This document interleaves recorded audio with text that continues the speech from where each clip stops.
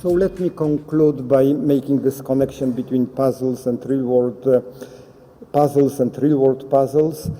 And I just display a few quotes from several articles or several books. Many companies like Microsoft or Google, they introduce simple puzzles during interview process. And the claim they make is they are testing this general problem-solving ability rather than specific skills.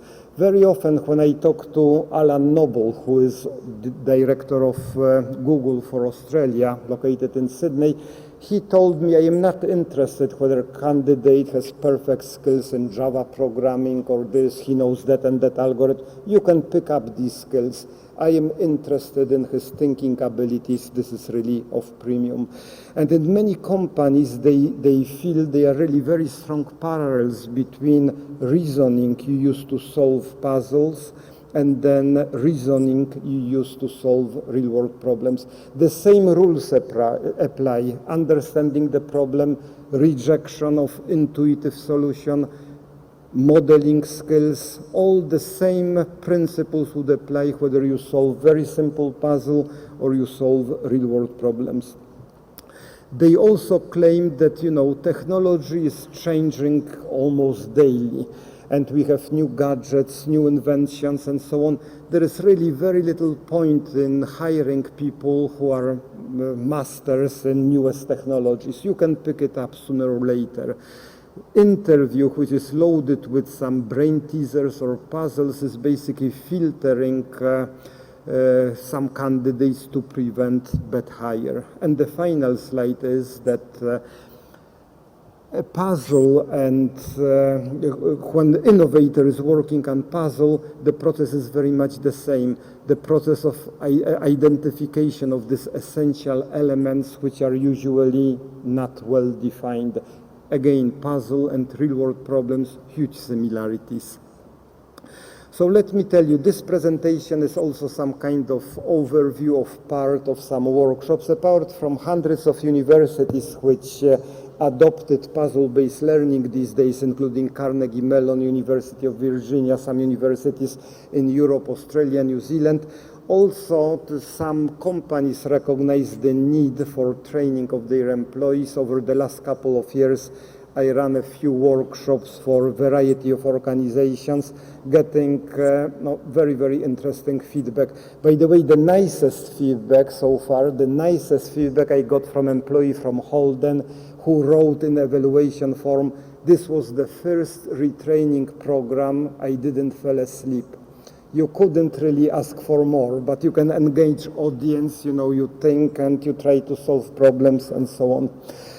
For additional information, you can go to website, Puzzle-Based Learning website. There are some video clips and some news sections and additional material available.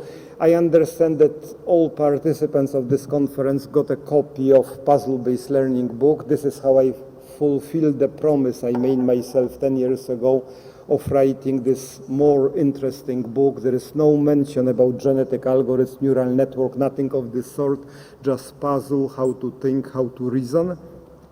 And then let me conclude by final slide, which is also a competition. I'm trying to make connection with the theme of this conference.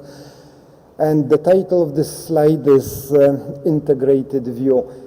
What I am trying to point out that sometimes you make a decision, like in complex supply chain, and the decision you are making when you are operating in some small silo hardly is the best decision, because other people working at the different components of supply chain, they are making decisions simultaneously at the same time. And this is really the greatest challenge, how to make meaningful decision knowing that you operate in dynamic environment, you are other people who participate in this process. So let's do the following. Take a piece of paper, or if you have business card, take your business card. This would only serve as identifier, so I will have your name. and write a single number on this card. And to be very precise, I am after integer number which is positive. The smallest number you can write is 1.